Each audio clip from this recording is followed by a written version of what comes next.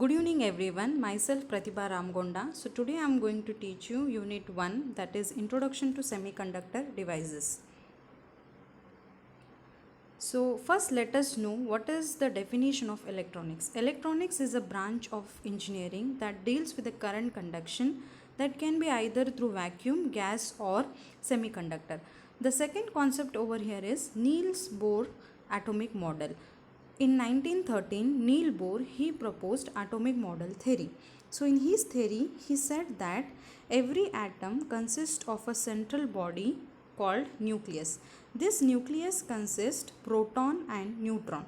Proton is a positively charged particle and neutron is electrically neutral, that is it does not have any charge. He said that electron, which is negatively charged particle, is revolving around this nucleus in its own circular orbits and it has its own definite amount of energy. He said that larger the orbit, greater the energy is acquired by the electron. At the end, he said that whenever an external source is applied, like it can be either light or radiation, the free electrons they jump from lower orbit to higher orbit. So these were the things told by Niels Bohr in his atomic theory. On the basis of the electrical conductivity, materials can be classified into conductors, semiconductors and insulators. Basic definition is conductors are such substances which allow the current to flow through them easily. Semiconductors whose conductivity lies between conductors and insulators. And insulators are the substances which do not conduct current through them. Right? So this can be understood by knowing the difference between conductor, semiconductor and insulator. So these are the energy level diagrams shown for conductor. So you can see in this diagram that there is a valence band and conduction band. Valence band consists of free valence electrons. You can see in this diagram that your conduction band and valence band are overlapping each other. In the sense, the free valence electrons which are present in the valence band, they are completely moving in the conduction band. So your conduction band is filled with free valence electron, and this is the reason why conductor is a good conductor. Current can flow easily through the conductor. Next is semiconductor. We say that semiconductor act as conductor as well as insulator. How is that? Conductor, when there is no temperature applied, you can see that there is a small gap between valence band and conduction band. This gap is known as forbidden energy gap. So now you can see the free valence electrons which are present in the valence band, they cannot jump to conduction band when temperature is 0. So conduction band is not having any valence electron. It means that this semiconductor is acting like a insulator. But when you increase the temperature, the free valence electrons they start jumping to the conduction band. So few valence electrons will be present in this semiconductor, due to which your semiconductor will conduct the current and it will act like a conductor. Coming to the insulator, you can see that the forbidden gap between your valence band and conduction band is very large. So the valence electrons they cannot jump to the conduction band. So the conduction band which is here is not having any free valence electrons. Because of that, we say that insulator does not conduct any electricity. Coming to the examples, you can give all metals as an examples for your conductors. For semiconductors, examples can be silicon and germanium, and for insulators you can take example wood, plastic, etc. Coming to the types of semiconductors, we have two types of semiconductors. One is intrinsic semiconductors, one more is extrinsic semiconductor. Intrinsic semiconductors are pure form of semiconductors. We are not adding any external impurities. So examples can be silicon and germanium. By the word extrinsic, it says that you are adding external impurity to your pure semiconductors, and hence we say such semiconductors as what? Extrinsic semiconductors. Examples can be n-type and p-type semiconductor.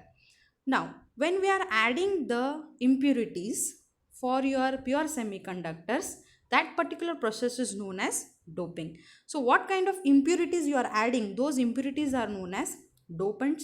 So there are two types of impurities which you are adding. One is trivalent dopant, one more is pentavalent dopant.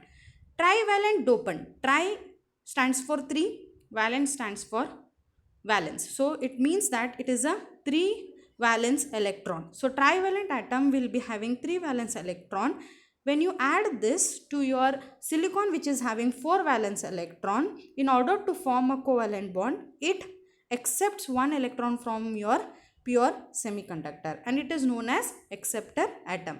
When we are speaking about pentavalent dopants, penta stands for 5 and valence stands for valence. So 5 valence electrons this atom is having, and when you add this to your silicon, you are donating 1 electron to your conduction band, and because of this it is known as pentavalent dopants. Examples can be antimony, arsenic, phosphorus, etc.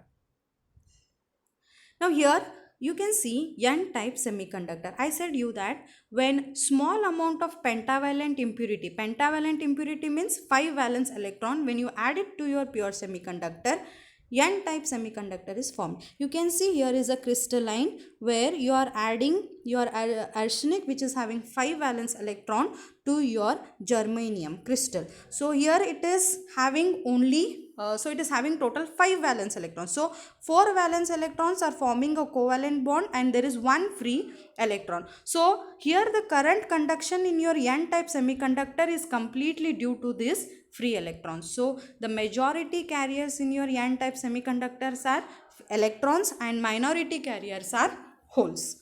Coming to p-type semiconductor, here you are adding trivalent impurity to your pure semiconductor. So you can see here there is a germanium, that is your silicon crystal, and you are adding gallium which is having 3 valence electrons. So these 3 valence electrons will form a covalent bond, but there is one hole present here. So this hole is used for the current conduction. So in p-type semiconductor, the current conduction is mainly due to the holes, and in n-type it is mainly due to the electrons. So now p-n junction. When you bring your p-type and n-type semiconductor, p-n junction is formed. So you can see this is n region where majority carriers are electrons, and in p region holes are majority carriers. Okay, sorry, in p region holes are majority carriers. Here the minority carriers are holes, they start diffusing towards the p region, and here electrons are the minority carriers which are diffusing towards the n region. So this particular region is known as depletion region or diffusion region. Now when you apply the voltage for your p-n junction, that time we call it as what? Biasing p-n junction. There can be 3 cases. One is no bias, forward and reverse bias. No bias in the sense you are not applying any applied voltage across your p-n junction. Now forward bias in the sense in n region your negative is connected to negative of your battery and positive is connected to the positive of your battery. So it is called, this is forward biased. And when you connect your n to your positive of your battery and p to your negative of your battery, it is called reverse bias. Your p-n junction diode will conduct current only when it is forward biased. It does not conduct any current when it is reverse biased. Coming to semiconductor diode. Semiconductor diode is also known as p-n junction diode. It is a 2-terminal device. The 2 terminals are anode and cathode. This is the symbol for your semiconductor device. So here we have a VI characteristics of p-n junction diode. You can see the voltage is taken along x-axis and current is taken along y-axis. So when you increase your voltage, initially your current increases slowly till 0.7 voltage. Now this 0.7 volt is your knee voltage. Knee voltage for your silicon is 0.7, for your germanium is 0.3. So until that knee voltage, your current will increase slowly. Once it crosses the knee voltage, your current drastically increases. But when your p-n junction diode is reverse bias, your current is completely zero. There is a small current which is flowing through your junction diode which is known as leakage current, which is neglected. Coming to the applications of diode, they are used in your power supplies as a rectifiers. They are used as a signal diode in communication circuits. They can be also used in wave shaping circuits such as clippers and clampers, and they are used as a switch in your logic circuits. Coming to the, so out of those we can see diode as a switch and rectifier applications. So this is a circuit diagram for diode as a switch. You can see there is a voltage and diode and the load is connected. So here the cut-in voltage is been set. If your applied voltage is less than your cut-in voltage, then this diode will not conduct, means it will act like a open circuit. So when this is a open circuit, current does not flow through this resistance, so it will act like a off switch. But when your applied voltage is greater than your cut-in voltage, this diode will conduct and it will act like a closed switch. And because of that, whatever the input voltage you have given, the output voltage will be taken across your load resistor. This is the circuit diagram for your diode as a rectifier. So we have a transformer, your AC input and the output along with the diode. So you can see that during your positive half cycle, your diode is forward biased, and when diode is forward biased, it will conduct, current will flow. So during the positive half cycle, whatever the input you are giving, you are getting the same output. During the negative half cycle, your diode is reverse bias. So reverse bias means it will act like a open switch, so current does not flow. So during negative, it will be 0. This is how your diode is used as a rectifier. Zener diode. Now the special purpose of the Zener diode is, we know that the disadvantage of PN junction diode or semiconductor diode is it will not conduct the current when it is reverse biased. But Zener diode is a heavily doped crystal diode which is having sharp breakdown voltage whenever it is reverse biased. In the sense, it will conduct the current when it is in reverse bias. So this is a symbol for your Zener diode. It is same as your PN junction diode, only this symbol is taken which is in the form of Z. Coming to the VI characteristics of Zener diode. Zener diode will act like a normal ordinary PN junction diode whenever it is forward bias. The process remains the same. But when it is in reverse bias, initially your current, reverse current increase will be less. After Vz, it will increases drastically. After that, your voltage remains constant even though if your current increases, and that point is known as Zener voltage, after which your current remains almost constant. Next is the last Zener diode application is, it is used as a voltage regulator.